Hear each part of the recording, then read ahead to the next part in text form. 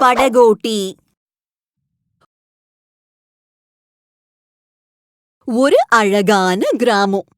அந்த கிராமத்தை சுத்தி 2 பெரிய மலைகள் இருந்தன. இந்த மலைகளை பச்சை பசேலுன்னு பசுமையான காடுகள் சூழ்ந்திருந்தன.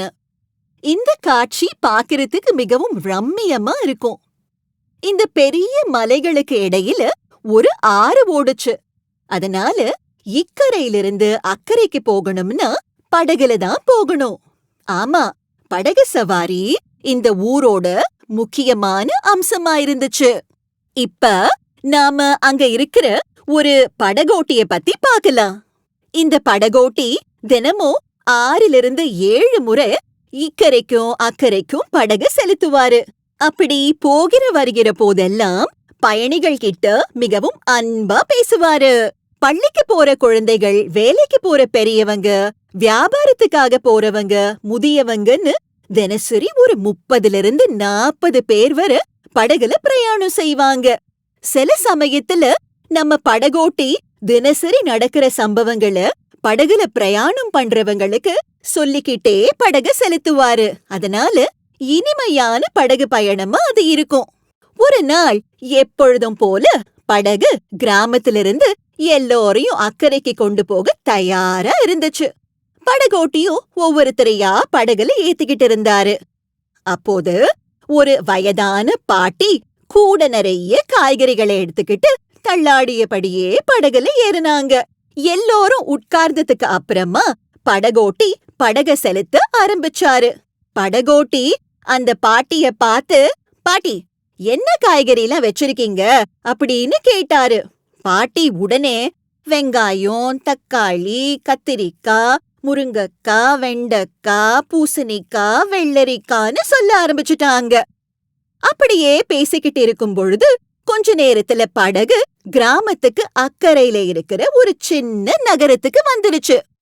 எல்லாரும் இறங்கிட்டாங்க. பாட்டியும் கூடைய தலையில சுமந்தபடி மெதுவா இறங்கிட்டாங்க. சிறிது நேரத்துல பொழுதும் சாஞ்சிருச்சு. நம்ம படகோட்டி கிராமத்துக்கு திரும்பி வர ஒவ்வொருத்தரையா படகுல ஏத்த ஆரம்பிச்சாரு. ஆனா பாட்டிய நீண்ட நேரமாகியும் காணல. சிறிது நேரம் காத்திருந்த படகோட்டி படக கரையில கட்டிட்டு நேரா பாட்டிய தேடி கடைவீதிக்கு போனாரு. அங்க பாட்டியோட கடைய தேடி போயிட்டு இருந்தவரு சட்டுன்னு ஒரு மரத்தை பார்த்து நின்னுட்டாரு.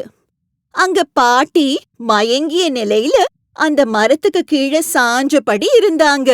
உடனே படகோட்டி, பாட்டி, பாட்டி, எழுந்துறீங்க, என்ன பாருங்கன்னு சொல்லிட்டு பாட்டியோட முகத்துல லேசா தண்ணி தெளிச்சாரு. பாட்டிக்கு சட்டுன்னு நினைவு வந்து கண்ணை திறந்து பார்த்தாங்க. உடனே படகோட்டிய பார்த்து நன்றிப்பான்னு சொன்னாங்க. நம்ம படகோட்டி பக்கத்து கடையிலிருந்து ஒரு இளநீர் வாங்கி கொடுத்து பாட்டியை குடிக்க சொன்னாரு. பாட்டி இளநீரை குடிச்ச பிறகு மெதுவா எழுந்தாங்க. படகோட்டி அந்த காய்கறி கூடைய தலையில சுமந்தபடி பாட்டிய ஒரு கையில பிடிச்சுக்கிட்டு நடக்க ஆரம்பிச்சுட்டாரு. பாட்டி படகோட்டிய பார்த்து, நன்றிப்பா, நீ மட்டும் வரலன்னா எனக்கு ரொம்ப சிரமமா இருந்திருக்கும்னு சொன்னாங்க.